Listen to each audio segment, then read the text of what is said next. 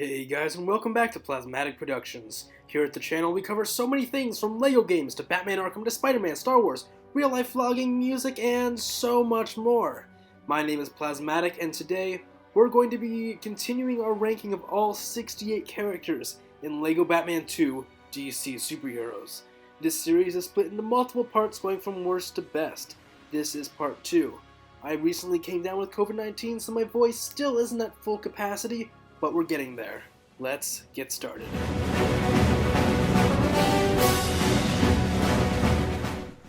We've finally reached our first supervillain. But he's also the worst. Let's start out with the positives, alright? Scarecrow's design is simple but effective. He's got those creepy red eyes and a gap in his stuffing for a mouth. Like a Nightmare Before Christmas type situation. However, that's where the good things end. That design isn't even original to this game. While there are some tweaks to the design from the first LEGO Batman, there isn't anything major. His fear gas ability from that game was also removed, so Scarecrow has no abilities whatsoever. He has a great boss fight, but the playable character is pretty bad.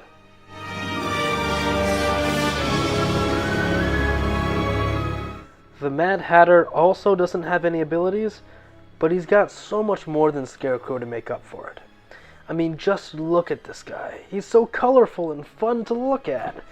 He's also got a couple of unique fighting and running animations which are also so funny to watch and play. He hasn't got any weapons, but that quirky costume really makes up for it. Hey, to kill time, I might as well tell you guys some stuff about the character. His real name is Jervis Tetch. He's a Wonderland-obsessed lunatic and is searching for an Alice. He's also a master hypnotist due to his technological skill. He makes hats that can control people's minds. Yeah, it's pretty hokey.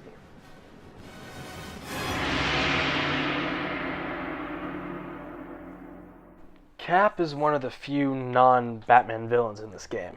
He's actually an old villain of The Flash, who we'll see much later on this list.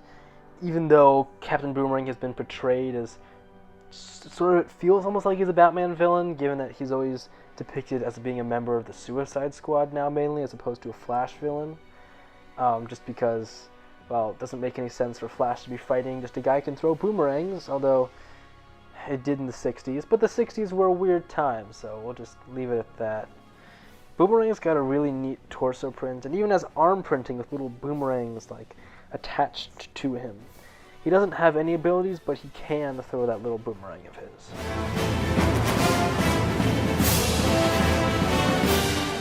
We're on to the final character without any abilities, Two-Face. Of these characters, Two-Face is probably the most fun to play as. It all comes down to his weapons. He's one of the few characters in this game who dual wields pistols. It leads to a pretty fun moveset, but it can be janky at times. He also has an animation where he flips his coin, and the design of the character is pretty great.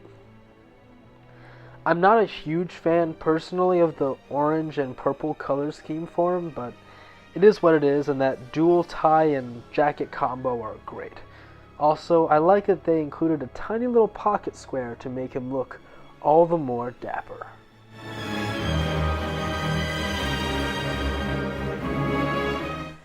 Catwoman is the first character to have an ability, and this ability is one that we're going to see pop up a decent bit from here on out. Drumroll, agility.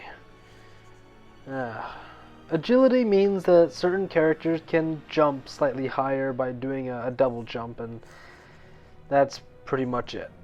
Catwoman is a cat burglar, so agility does make sense for her. Some characters that should have agility don't, though, which doesn't make all too sense. Yeah. We'll see more of that later on. Anyway, Catwoman was a villain for a really long time, but she's always had a flirty back and forth with the Caped Crusader. Nowadays, she's much more of a hero than anything, having a pretty reliable relationship with the Bat family. In this game, her design is fine, I guess, and she does have that whip of hers that's unique to her, but I mean, that's about it.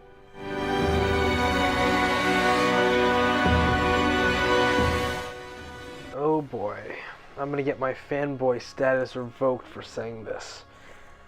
I'm not a fan of Harley Quinn. It's true, I honestly just find her kind of annoying, but, I'll leave it at that. Also, I'm sorry, the red and black Harley costume, the jester ears, that's her best costume. I'm sorry, I don't like what they've done to her costume nowadays.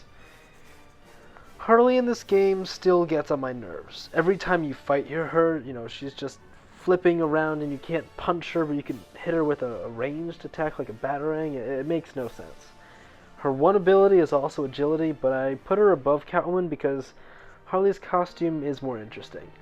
Also, Harley's got this oversized hammer, and that's pretty fun to go around beating people over the head with.